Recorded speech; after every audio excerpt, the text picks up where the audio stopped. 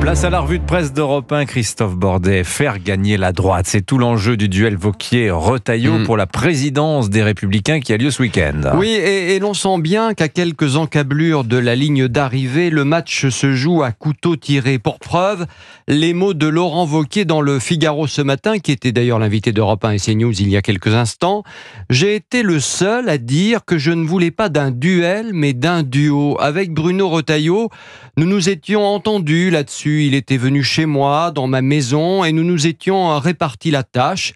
Lui au gouvernement et moi, rentré libre, ou resté libre plutôt, pour me consacrer à notre parti. Il a changé d'avis, appuie Wauquiez.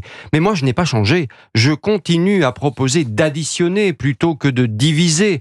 Dès que je serai président des Républicains, je lui proposerai le poste de vice-président pour que nous incarnions symboliquement ce duo, lui au ministère, moi au parti. Bon, alors on sent bien quelques petites aigreurs. Et Wauquiez de rappeler que ministre de l'Intérieur, c'est un poste à plein temps que l'on ne peut pas cumuler avec un autre, au risque de faire les choses à moitié. Réponse froide du ministre de l'Intérieur, candidat, toujours dans le Figaro ce matin, dans cette interview en miroir donc des deux hommes.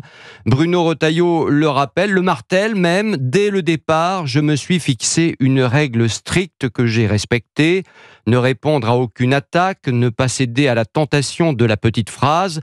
Lorsque l'on fait campagne, on a tellement de choses à partager. Inutile d'abîmer notre famille politique au moment où elle retrouve enfin des couleurs. Bon, il n'y a plus qu'à croiser les doigts donc, espérer que le scrutin se passe bien et que le perdant accepte sans contestation sa défaite, insiste le politologue Bruno Cotresse dans le journal La Croix. Tout le monde a en effet en tête, rappelle-t-il, l'imbroglio du scrutin controversé de 2012 opposant Jean-François Copé à François Fillon. Copé, tiens, justement, visiblement pas très habité par l'Esprit Saint, sort son arc et ses flèches dans le journal chrétien. Personne n'est capable de dire ce que pense Laurent Wauquiez. Il n'a pas de colonne vertébrale, de la réforme des retraites à la participation au gouvernement, et il multiplie les propositions populistes comme celle d'envoyer les OQTF à Saint-Pierre et Miquelon. Aigreur, je vous dis, aigreur. Christophe, pendant ce temps-là, le maire du Havre, lui, est très attentif à la partie qui se joue chez les Républicains. C'est son ancienne famille politique. Oui, alors Édouard Philippe observe et comme par hasard réunit ses troupes à Marseille ce week-end en pleine élection chez les Républicains pour parler sécurité, autorité, thèmes qui lui sont chers et qu'il partage avec Bruno Retailleau. Les deux hommes s'apprécient, dialoguent, mais si Bruno Retailleau remportait la présidence des Républicains, il deviendrait un concurrent sérieux pour Édouard Philippe au sein de la coalition gouvernementale pour 2027. L'un clairement à droite, l'autre au centre, mais issu de la droite. En janvier, au Havre, le maire de la ville et locataire de la place Beauvau, ils étaient ensemble, avaient affiché leur entente sur le sujet de la lutte contre le narcotrafic. C'est plus un duo qu'un duel, expliquait alors un pilier d'Horizon, le parti de Philippe. On y revient. Laurent Wauquiez se sert de cette apparente proximité pour en prendre le contre-pied dans la campagne à droite, toute qu'il oppose à Bruno Retailleau. Un risque qu'il perçoit dans les bruits sur un rapprochement avec Édouard Philippe. Pour moi et avec moi, ce ne sera jamais le cas. Je n'en veux pas, a tranché Laurent Wauquiez, rappelle le journal La Croix. Alors, le président du MEDEF, Patrick Martin, s'alarme, lui, de la faiblesse de la croissance du pays et déplore que la politique de l'offre soit remise en cause. Oui, et c'est en quelque sorte la réponse du berger à la bergère, du patron des patrons au président de la République, après son émission de 3 heures à la télé cette semaine. Patrick Martin, pas très optimiste. C'est dans le Figaro. Absolument. La France vit dans un état de léthargie, affirme-t-il, et 84% des adhérents du MEDEF sont inquiets ou pessimistes pour l'avenir, ce qui n'était pas arrivé depuis le Covid. Comment se satisfaire d'une croissance de 0,1% au premier trimestre, questionne Patrick Martin.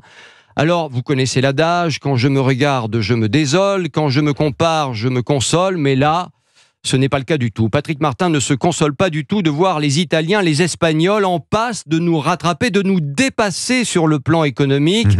Et oui, qui l'aurait cru, mais nous y sommes presque. Alors, toutes les revues de presse, semble-t-il, mènent à Marseille ces derniers jours, Christophe Bordet, parce que lui aurait sûrement eu un avis sur la situation économique du pays. Je veux parler de Bernard Tapie.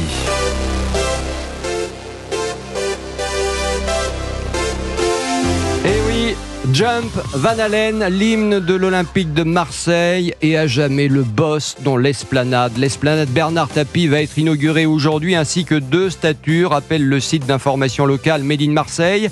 La statue rénovée de Jean Bouin et l'œuvre à jamais les premiers, statue monumentale, hommage à celui qui nous a quittés en 2021 déjà, et oui ça fait un petit moment. Vrai.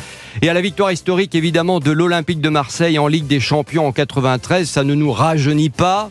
Cette statue monumentale a été imaginée par le sculpteur Joël Vergne sur commande de l'association À jamais les premiers fondée par Laurent Tapie, le fils, et financée par des milliers de donateurs. Respect pour celui qui amena Marseille évidemment sur le toit du monde, enfin sur le toit de l'Europe, comme dirait avec justesse notre ami chef de l'information Christophe Carré. Pas très marseillais, on le sait, puisqu'il est lillois, mais à Marseille, c'est le toit du monde, l'Europe. Voilà, c'est comme ça. La revue de presse d'Europe 1 signée ce jour Christophe Bordet. Merci beaucoup Christophe.